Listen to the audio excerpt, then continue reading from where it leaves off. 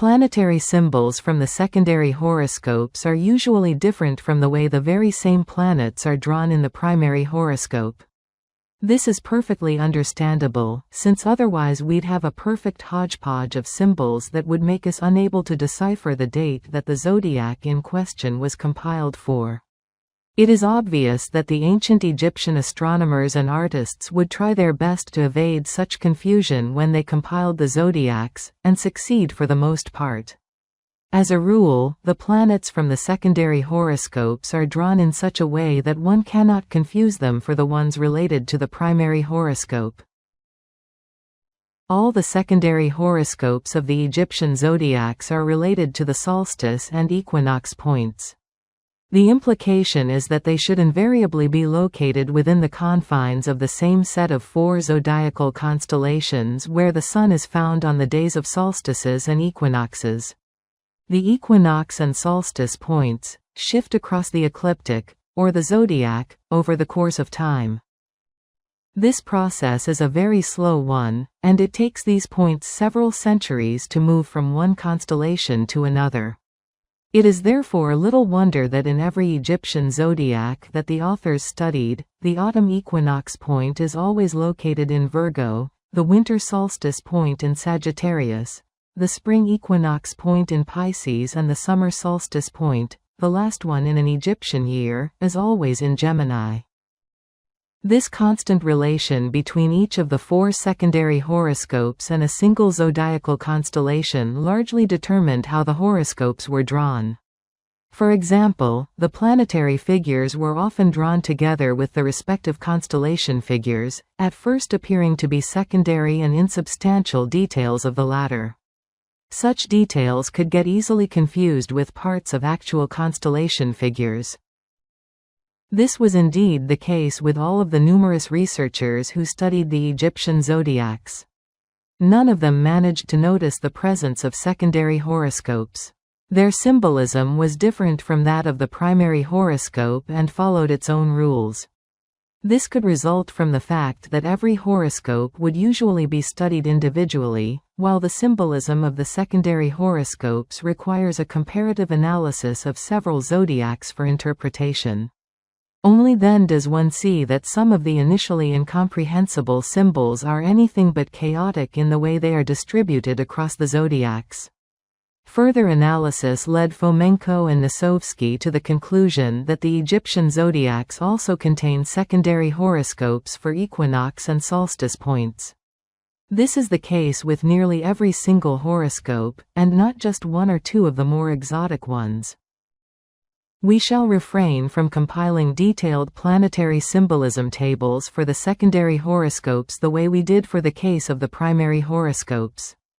This task is far from easy. For the time being, we shall provide a few specific examples.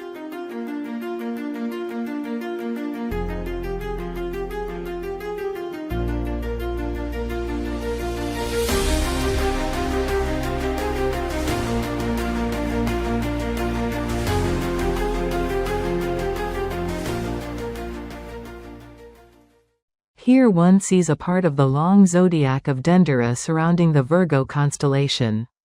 The autumn equinox horoscope would be drawn in Virgo. We find such a horoscope in the long zodiac as well.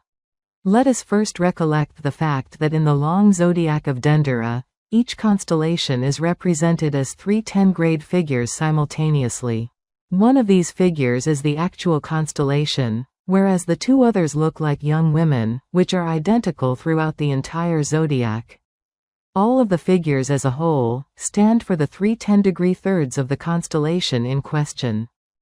The Virgo constellation in the long zodiac looks like a young woman with an ear of wheat in her hand. This is the most usual way of drawing this constellation, not just in the Egyptian zodiacs, but also the medieval European ones. Both of the 10-degree figures of young women follow her. Thus, the figure of Virgo also represents the constellation's first third. The entire secondary horoscope of the autumn equinox is concentrated around the second 10-degree figure of Virgo. It is the young woman that follows Virgo immediately. A certain odd quality about this particular young woman's figure makes it different from the others in the zodiac, which all look the same. The reason is that its figure includes the planetary symbols from the secondary horoscope, or the planets that could be observed near the Sun on the autumn equinox day of the year that the zodiac was compiled for. The Sun itself is drawn at the autumn equinox point as a bird over the shoulder of the young woman standing for a third of a constellation. Furthermore, we find Venus and the Moon in this secondary horoscope. One of the Egyptian symbols used for Venus was a lioness. Venus would often be drawn as a woman with a leonine head in Egyptian zodiacs. If we take a closer look at Virgo in the long zodiac, we see that the second 10-degree figure in Virgo has the head of a beast in lieu of a human one, and it resembles a lion a lot. The solar bird over the shoulder of the young woman appears to be drawn with a leonine head as well. We must point out that this happens to be one of the two unique cases among all the 24 10-degree female figures found in the long zodiac. As a rule, all these figures are drawn with human heads and female faces. We shall jump ahead and mention the second such exception, which is the female 10-degree figure with the head of a falcon between Scorpio and Libra. This figure also contains a part of the winter solstice horoscope. Let's return to the second third of Virgo. It is drawn in almost the same manner as we often find Venus drawn in the primary zodiacs, as a young woman with a leonine head. She has no planetary rod, otherwise it would be a fully fledged figure of Venus fit for the primary horoscope. This could lead to confusion. However, the Egyptian artists leave us no leeway for confusion. What we encounter is a typical example of a planet from a secondary horoscope. Such figures often resemble the representations of the same planets in the primary horoscopes, but, in general, they differ from each other to a sufficient extent. The planetary figures from the secondary horoscopes are usually integrated into the constellation figure, or whatever symbols one finds nearby. In the present case, the figure representing the second third of Virgo was chosen as the carrier, which resulted in said figure's transformation into a complex astronomical hieroglyph of sorts. Now let's move on to the Moon. The very same female figure that stands for the second 10-degree figure of Virgo has a crescent on its head.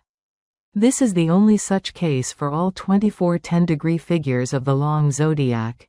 None of the other 23 have a crescent over their heads. This very crescent represents the Moon on the day of the equinox, or, possibly, at the moment when the new moon is born, right after the equinox. Since the Moon is drawn right next to the Sun here, it could have remained beyond visibility on the day of the autumn equinox. However, it would soon be born and appear in the sky as the thin crescent of a new moon near Virgo, which is precisely what we see in this zodiac. Generally speaking, there is another interpretation option applicable to the horoscope in question. Earlier we consider the animal head of the female 10-degree figure to be leonine, which should stand for Venus. However, this isn't quite apparent from the drawn copy of the DL zodiac. It is also possible that the head in question is bovine, which will lead to a different interpretation of the zodiac, since a bull's head with a crescent stands for the planet Saturn.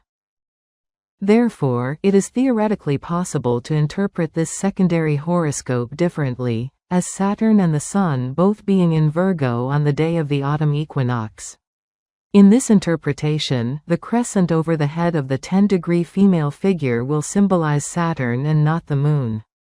Venus, which is always found near the Sun in the secondary horoscopes due to its proximity thereto, won't remain without identification in this case either. It could be symbolized by the leonine head of the bird that represents the Sun.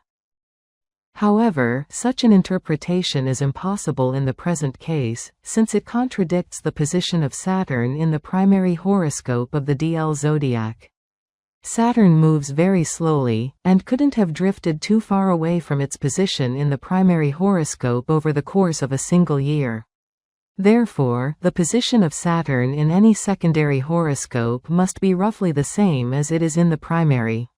However, in the DL zodiac, Saturn is drawn at a great distance from Virgo between Aquarius and Capricorn. Therefore, a secondary horoscope with Saturn in Virgo is impossible. Unfortunately, in this episode it was impossible to use modern photographs of the long zodiac of Dendera, since restoration work had badly botched this part of the bas-relief. The restorers transformed the young woman with a leonine head into a man with a bull's head holding a scythe, that is, into Saturn. This is a blatant error, as it immediately creates a striking contradiction in the astronomical picture depicted on the zodiac.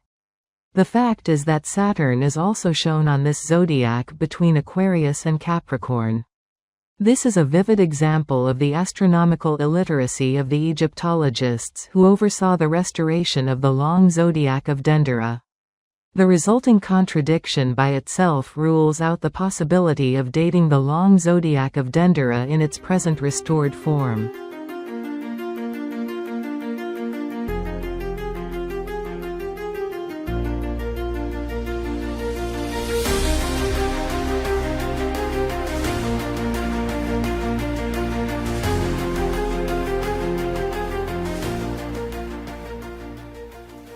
In this image, one sees a part of the round zodiac of Dendera in the vicinity of Sagittarius. One also sees the constellations that follow Sagittarius, namely Scorpio and Libra. The secondary horoscopes found in Sagittarius refer to the winter solstice. In the round zodiac of Dendera, this particular secondary horoscope is extremely detailed. The actual figure of the Sagittarius constellation that contains the winter solstice point incorporates the symbols of Mercury and Venus. They are represented by the two-faced head of Sagittarius. One of its faces is human, Mercury, and the other leonine, Venus. A part of the Sagittarian horse's tail is facing upwards and there's a goose standing on its end. The figure of a goose symbolizes Mars in the Egyptian zodiacs. Therefore, the secondary horoscope is bound to contain the planet in question. The very fact that the figure of Sagittarius incorporates planetary symbols is also emphasized by the use of a certain additional transposition symbol: the boat under the front legs of the Sagittarian horse. A boat, or some other symbol, one sees under the feet of a given figure, refers to the fact that the figure in question is transposed from its place in the primary horoscope. Zodiacs of the round type would use the symbols of boats for this purpose. Whenever we encounter such symbols under planetary figures, it means that they don't belong to the primary horoscope. In the present case, the boat underneath the Sagittarian symbol tells us that we shouldn't interpret the two faces of Mercury integrated in the constellation figure as the indication of Mercury being in Sagittarius for the primary horoscope. The boat figure informs us of the fact that one should look for the secondary horoscope symbols here. We see three more figures right over Sagittarius. One of them has a planetary rod, but cannot be ascribed to the primary zodiac, since we see it in a boat, which means that it's transposed there from its position in the primary zodiac. The rods of the two other figures aren't of a planetary nature, and resemble a baculus and a whip. Therefore, we cannot ascribe these figures to the primary horoscope. Since all of the figures in question are concentrated in the vicinity of Sagittarius, or the region of the secondary winter solstice horoscope, they must stand for this horoscope's planets. Let us provide a list. The man carrying a baculus that stands for some male planet, any planet but Venus. The figure of a person sitting on a stool, with a circle over its head and a planetary rod in its hand. The stool stands in a boat. The large circle over the figure's head could lead us to identifying said figure as the Sun. However, it could be that the Sun is represented by the circle and nothing else, whereas the sitting figure stands for one of the planets. The boat underneath the figure emphasizes the fact that this symbol pertains to the secondary horoscope. Thus, what we see here is either the Sun from the secondary zodiac of winter solstice, or the Sun and some other planet nearby. It can be any planet at all, since the figure is sitting with its legs drawn together, and therefore, it is difficult to understand whether it is male or female. In most other Egyptian zodiacs, the artists would draw the sun in the winter solstice horoscope as a mere solar hat over the head of Sagittarius, Mercury, or a hat with a circle inside or atop it.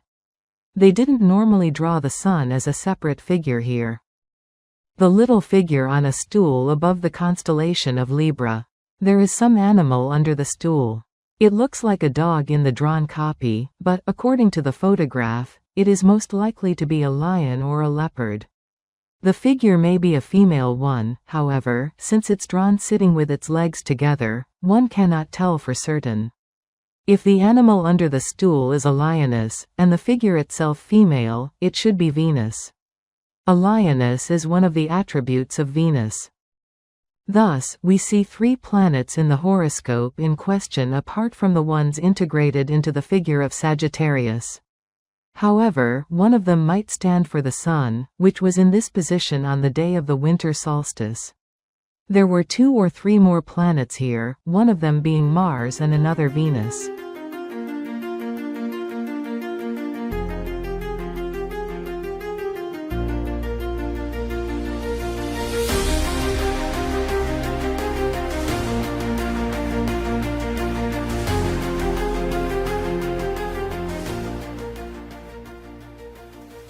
Here we see a part of the lower Athribis zodiac near the constellations of Libra, Virgo, Cancer, Gemini and Taurus.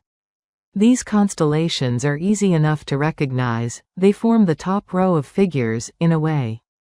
We see the planetary birds underneath, and another row of symbols below them. We are looking at the secondary horoscope of the summer solstice. The secondary horoscope of the autumn equinox that should be located somewhere around the constellation of Virgo is missing from this zodiac.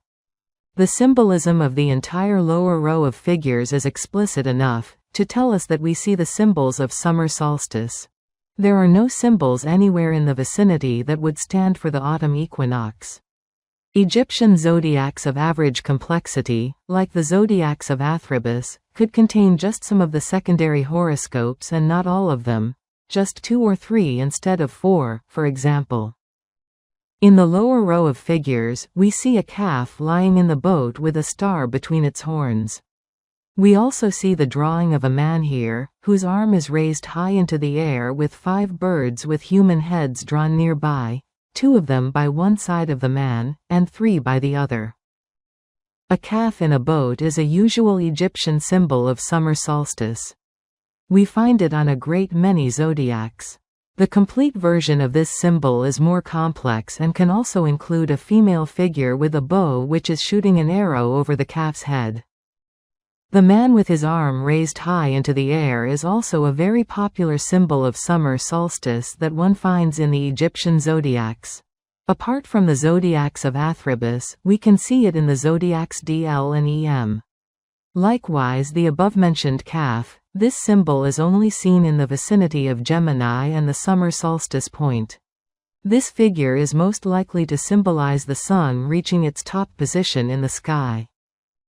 Thus, we see 2 Egyptian summer solstice symbols here at once. We see them in the part of the zodiac adjacent to Gemini, which is where the summer solstice point is always located in Egyptian zodiacs. Let us now find the planetary symbols from the secondary horoscope. Planets are drawn as birds in the Athribis zodiacs. Indeed, we see a total of 5 birds here, all of which possess human heads. These must be the secondary horoscope planets that we are looking for. 2 of them are by one side of the Sun, and 3 more on the other. If the drawing reflects the respective positions of the Sun and the planets in question for the day of summer solstice, it makes the conditions for the zodiac's astronomical solution even stricter. The possibility of a random erroneous solution passing through so narrow a doorway becomes virtually null.